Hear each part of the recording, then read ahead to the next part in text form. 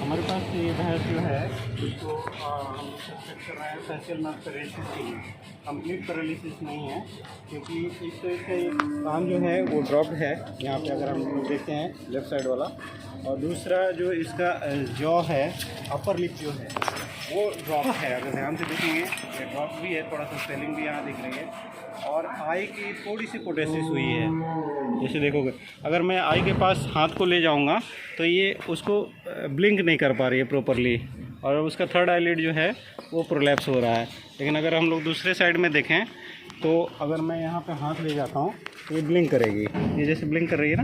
अगर पास ले जाते हैं तो ये कह रहा है कि इसमें ब्लिंकिंग पावर है, लेकिन इस आँख में अगर ब्लिंकिंग पावर नहीं है तो ये क्या करेगी, या तो हमसे दूर हटाएगी या उसको किसी तरह से रिट्रैक्ट कर लेती है। हम टच भी कर रहे हैं तो भी हटना चाह रही है, लेकिन ये ब्लिंक नहीं कर पा रही है। तो ये टिपिकल इंडिकेशन है कि इसमें फैशियल नर्व का पैरालिसिस है। फैशियल नर्व पैरालिसिस कई कारणों से हो सकता है। इसमें जो यहाँ स्वेलिंग जो दिख रही है ये इंडिकेट करता है, ये जो स्वेलिंग है कि इसमें मिडिल ईयर का इन्फेक्शन हो सकता है। और अगर बफलो में मिडिल ईयर के इन्फेक्शन से चलते अगर स्वेलिंग आती है या फैशियल नर्व पैरालिसिस होता है तो वहाँ पे ईयर माइट का बहुत बड़ा रोल है।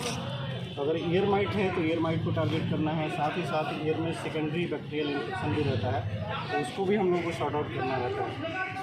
एक केस ट्रिपैनोसोमियासिस का जब माइट फॉर्म में रहता है उसमें भी फैशियल पैरालिसिस होती है। तो इसको डिफ्रेंशिएट करने के लिए हम लोगों ने क्या किया कि इसका CBC किया। तो CBC इसका रिपोर्ट है आपके पास?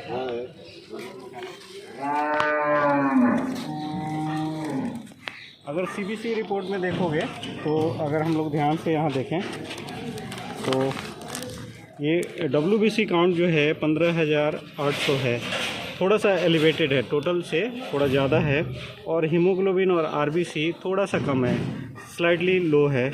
और अगर WBC में हम लोग देखें तो लिम्फोसाइट का जो परसेंटेज है वो कम है, एब्सोल्यूट काउंट भी कम है, और साथ ही साथ इसका न्यूट्रोफिल ज़्यादा है। तो ये इंडिकेट करता है कि कहीं ना कहीं इन्फ्लामेटरी रिस्पांस तो है। तो इन्फ्लामेटरी रिस्पांस बैक्टीरियल इन्फेक्शन के चलते भी हो सकता है, जिक्मोइड रिस्पांस कहते हैं, जिसके लिए हम मिडिल ईयर का इन्फेक्शन सस्पेक्ट कर रहे थे। तो वो एक पॉसिबिलिटी है।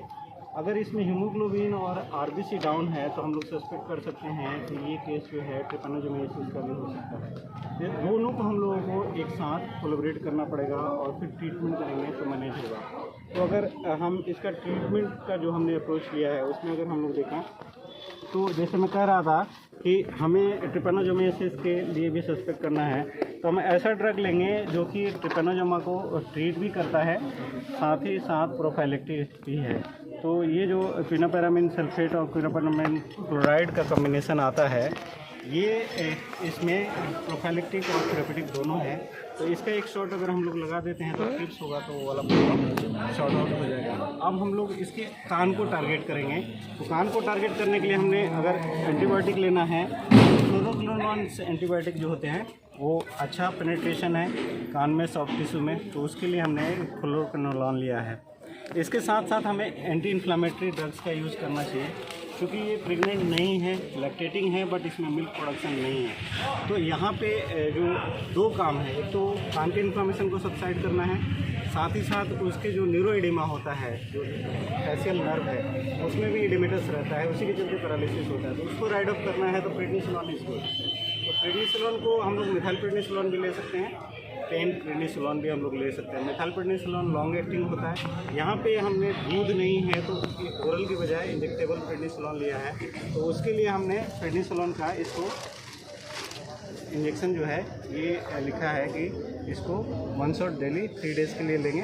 तो 3 दिन में कान का भी इन्फ्लामेशन सबसाइड होगा। साथ ही साथ ये जो कॉर्टिकोस्टेरॉइड है प्रेडनिसोलोन खास करके अगर हम लोग देते हैं तो कान में जो सेरेब्रस ग्लैंड होता है उसके सिक्रीशन को भी कम कर देता है। तो कभी भी कॉर्टिकोस्टेरॉइड यूज़ करोगे तो कान के इन्फ्लामेशन को और सिक्रीशन को दोनों को सबसाइड करेगा, और फिर वो जाकर उसमें हीलिंग जो होगी वो कान की भी फास्ट होगी, साथ ही साथ नर्व का भी रिजनरेशन होगा। नर्व की रिजनरेशन हमें करानी है तो डेफिनेटली हमें न्यूरोटॉनिक कोई देना होगा। तो उसके लिए हमने एक न्यूरोटॉनिक का ऐड किया है। इसमें हम लोग हाइड्रोक्सिकोबालामिन यूज़ करते हैं। हाइड्रोक्सिकोबालामिन ट्राइनोरोसोलेज के नाम से जो आता है, ये कैटल में बढ़िया काम करता है, नर्व्स के रिपेयर में बहुत बढ़िया काम करता है। तो इसको हम लोग लगातार 5 दिन तक यूज करेंगे। उसके बाद हम लोग फिर ओरल पे न्यूरोटॉनिक्स पे शिफ्ट कर देंगे। तो न्यूरोलॉजिकल जो डैमेज है वो धीरे धीरे, इसमें पैरालिसिस है, फुल पैरालिसिस नहीं है, यानी कि फिर से रीजनरेट हो जाएगा और वो नॉर्मल हो जाएगी। तब तक हम लोग उसको मैनुअल फीडिंग करेंगे। अगर नहीं पकड़ पा रही है चारा मुंह में खिलाएंगे और फिर अप्रोच लेंगे। एक चीज़ और हमने इसमें एड ऑन किया है कि न्यूरोलॉजिकल एक्टिविटी को इन्हांस करने के लिए अगर हम लोग कोई भी कोलिनोमाइमेटिक ड्रग यूज़ करते हैं, उसका भी अगर इस्तेमाल करते हैं तो रिकवरी जो है यहाँ पे फास्ट हो जाती है। कोलिनोमाइमेटिक के रूप में हम लोगों ने एक आई ड्रॉप यूज़ किया है। उस आई ड्रॉप को हम लोग ओरली यूज़ करेंगे। ओरल यूज करने से फ़ायदा ये है, 5 मिनट जैसे ये जो आई ड्रॉप है पाइलोकार्पिन 2% जो आता है, इसको हम लोग ओरल देंगे तो न्यूरोलॉजिकल एक्टिविटी जो एसिटाइलकोलिन का सिक्रीशन है वो बढ़ेगा। फिर नर्व की जो इंटीग्रिटी है ये सिस्टेमिकली एब्जॉर्ब हो जाता है। तो आई ड्रॉप को टंग पे भी डाल सकते हैं।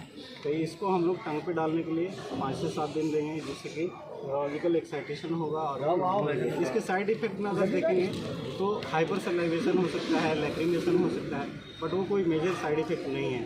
साथ ही साथ अगर आप पाइलोकार्पिन लोगे तो ये इंटेस्टाइनल मोटिलिटी बढ़ाएगा, डायरिया करता है। तो यहाँ पे अगर इंटेस्टाइनल मोटिलिटी बढ़ेगी तो इसमें एपेटाइट रिगेन हो जाएगा और एनिमल जो होगा जल्दी रिकवर होगा। तो ओवरऑल अगर अप्रोच लेते हैं, एक चीज़ और रह गया, मैं कह रहा था कि माइट का प्रॉब्लम हो सकता है, तो उसको भी हमें टारगेट करना होगा कि कान में अगर माइट है, ईयर माइट है, तो उसको सॉर्ट आउट करने के लिए हम लोग आइवरमेक्टिन ग्रुप का कोई भी ड्रग यूज़ कर सकते हैं। तो इसलिए इसमें हम लोगों ने एक डोरामेक्टिन का इंजेक्शन प्रिस्क्राइब किया है। ये तो डोरामेक्टिन अगर देखो तो डोरामेक्टिन और आइवरमेक्टिन में बेनिफिट ये है कि डोरामेक्टिन का थोड़ा डोज ज़्यादा लगता है, 400 माइक्रोग्राम पर केजी वेट के हिसाब से देते हैं, जबकि आइवरमेक्टिन हम लोग 200 माइक्रोग्राम पर केजी वेट के हिसाब से देते हैं। बट इसमें बेनिफिट ये है कि आप इंट्रामस्कुलर भी दे सकते हो, इसका पेनेट्रेशन भी ठीक ठाक कहा जाता है। बट इसे आपको वीकली रिपीट करना पड़ेगा, कम से कम एक शॉट तो 1 हफ्ते के बाद आपको देना ही होगा, तब जाके इसमें रिकवरी होगी। तो इस तरह से अगर हम लोग होलिस्टिक अप्रोच लेंगे तो लगभग 99% चांसेस है कि ये केस ठीक हो जाएगा। तो मुझे लगता है तुम लोगों को ये वीडियो से फैशियल नर्व पैरालिसिस तो समझ में आया होगा।